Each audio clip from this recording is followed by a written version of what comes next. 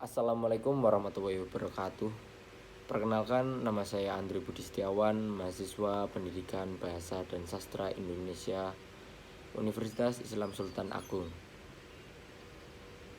Tujuan saya membuat video ini yaitu guna memenuhi tugas ulangan akhir semester filsafat bahasa, yaitu menjelaskan tokoh filsafat bahasa.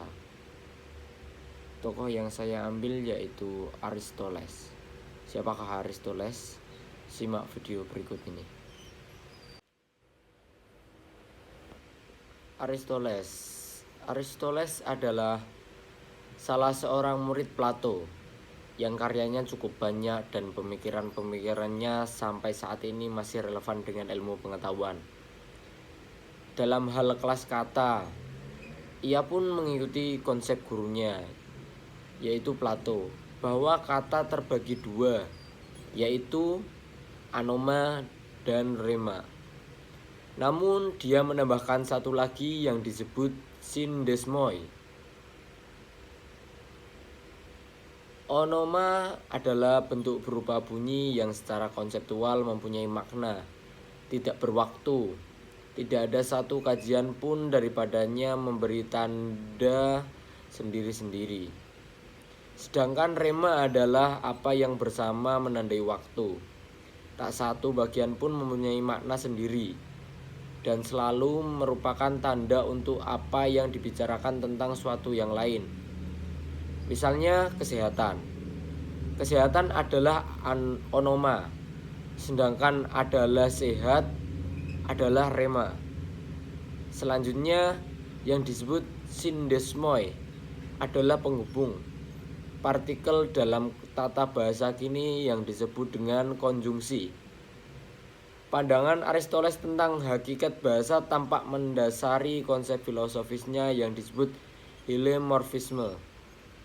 Maksudnya hakikat bahasa yang meliputi hakikat materi dan bentuk. Di samping itu, Aristoteles juga mengembangkan prinsip adanya keteraturan dalam bahasa, sehingga bahasa memiliki paradigma yang disebut dengan analogi.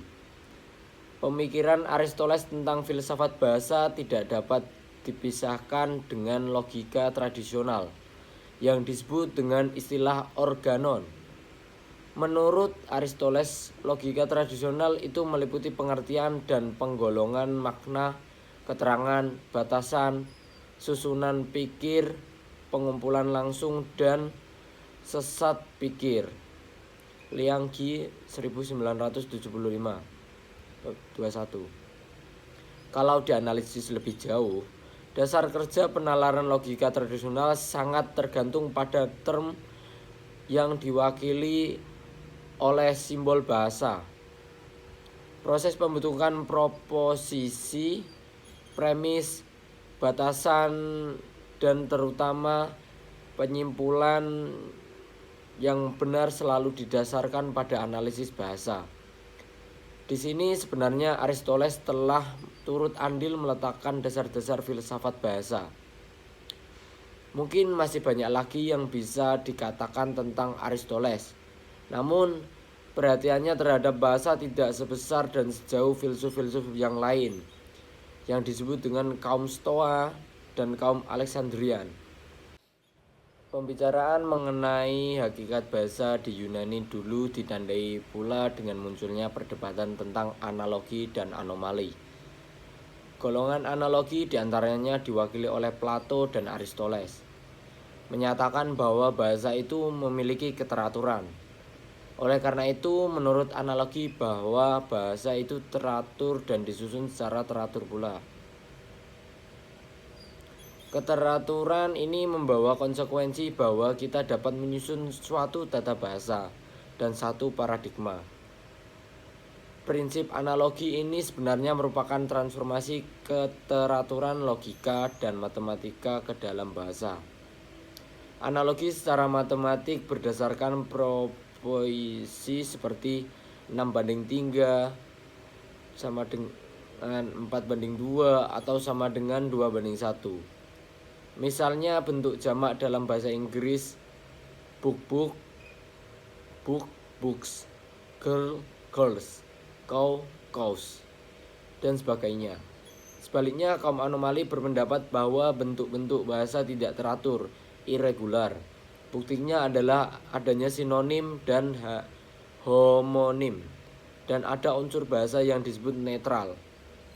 Andai kata bahasa itu bersifat konvensional, tentunya hal-hal itu tidak dapat diperbaiki. Dalam hal inilah bahasa itu pada hakikatnya bersifat alamiah.